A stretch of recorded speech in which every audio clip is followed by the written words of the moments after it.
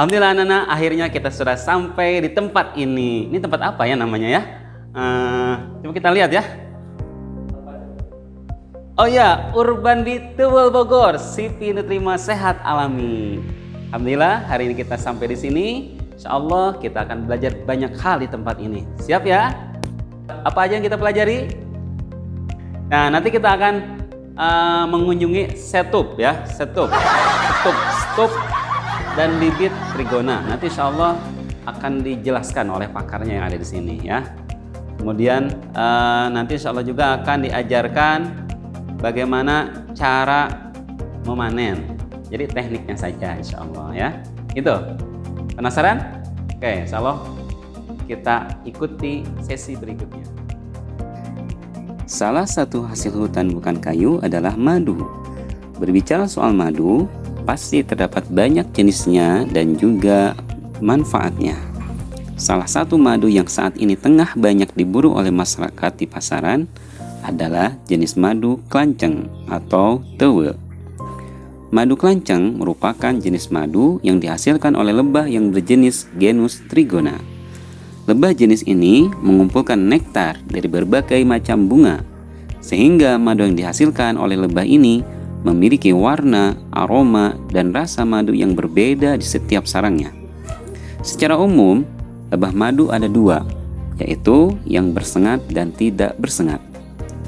Bagi antum yang belum mengetahui lebah klanceng atau Trigona sp, merupakan lebah yang memang banyak dibudidayakan di Indonesia.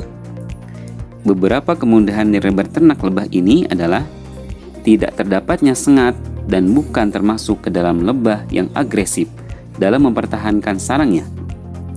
Dari beberapa kemudahan tersebut, menjadikan lebah klanceng menjadi lebah yang sangat sering dibudidayakan oleh masyarakat Indonesia. Namun begitu, jumlah produksi madu lebah ini masih tergolong sedikit. Karena peminatnya yang begitu banyak, faktor tersebutlah yang membuat madu klanceng asli menjadi lebih mahal daripada madu jenis lebah lainnya.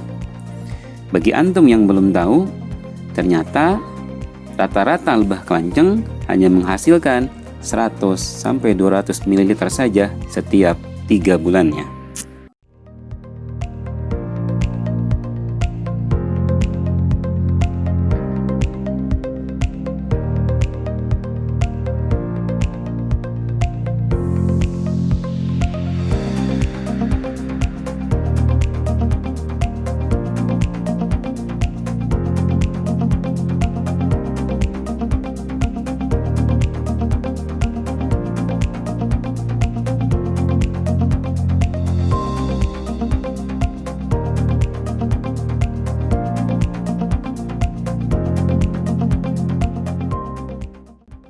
Baik, anak-anak sekalian, alhamdulillah nih kita sudah di peternakan lebah gitu.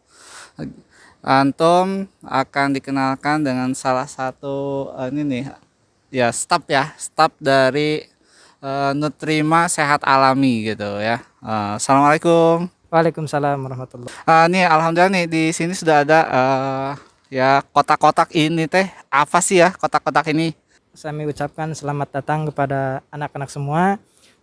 Selamat datang di lokasi peternakan budidaya lebah tanpa sengat. Jadi yang kita budidayakan adalah budidaya lebah tanpa sengat.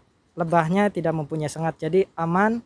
Kita budidayakan di perkotaan pun aman. Seperti itu.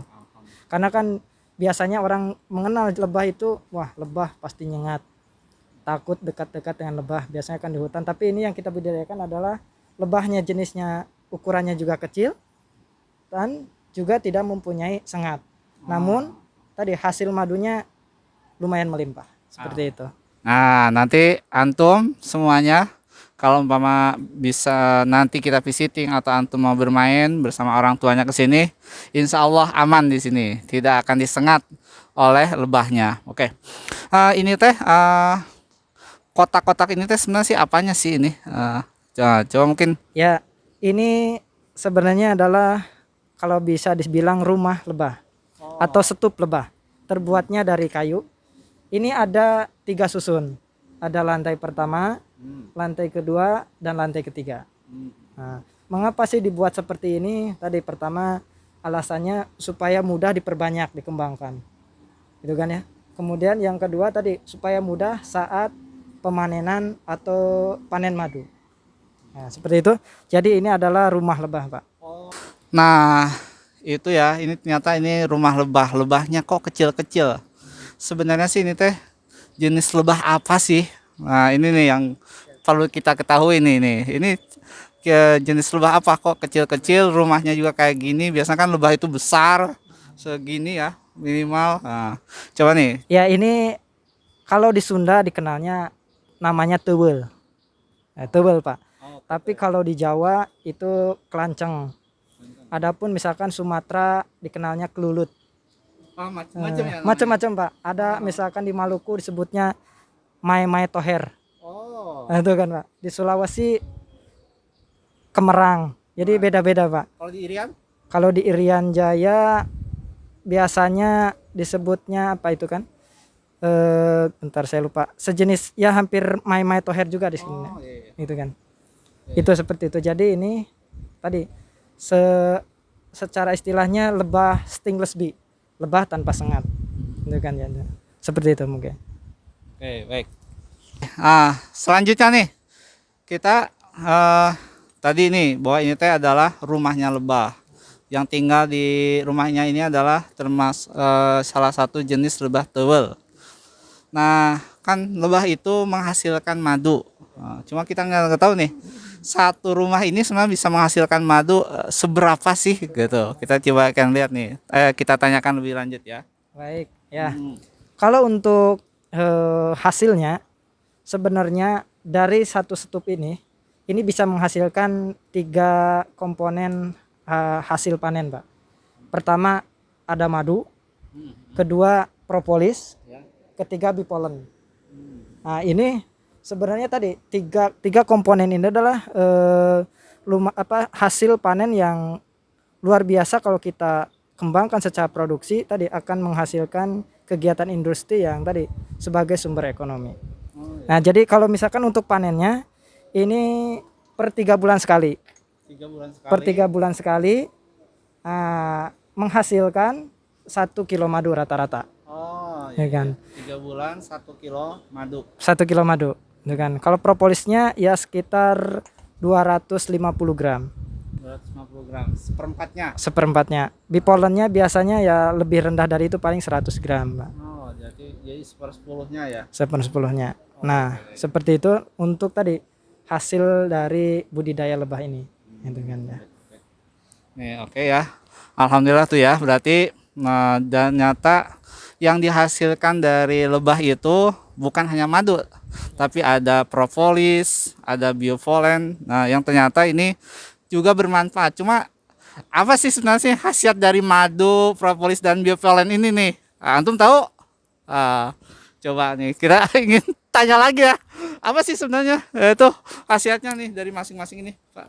Ya, kayak kalau madu kan bagi seorang muslim itu adalah apa? Istilahnya sipa atau obat, Pak, itu kan ya, yang dihasilkan dari perut lebah, itu kan ya. Nah, tapi secara umum madu ini kan pertama mempunyai senyawa aktif atau flavonoid yang itu bagus untuk kesehatan tubuh kita, mensegarkan tubuh kita, menjaga daya tahan tubuh, kemudian membantu menyembuhkan luka dari sifat tadi senyawa aktif yang terkandung di dalam madunya.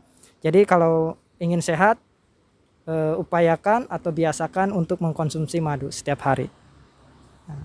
Oke, baik, itu wawancara kita ya dengan salah satu staf dari peternak madu ini. Ternyata madu banyak khasiatnya, walaupun nanti kita akan lanjutkan lagi perbincangan ini di sesi selanjutnya. Yuk anak-anak sekalian, selanjutnya kita ke sesi selanjutnya.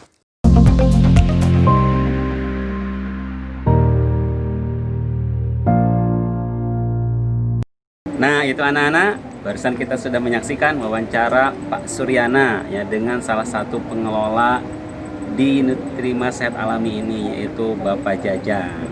Nah, sekarang Bapak ngetes antum. Siap ya? ada 2 pertanyaan untuk antum. Siap?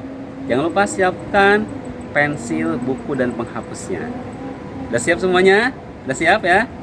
Oke, pertanyaan pertama. Catat. Pertanyaan nggak perlu catat ya, jawabannya catat. Apa yang dihasilkan dari lebah? 3 hal.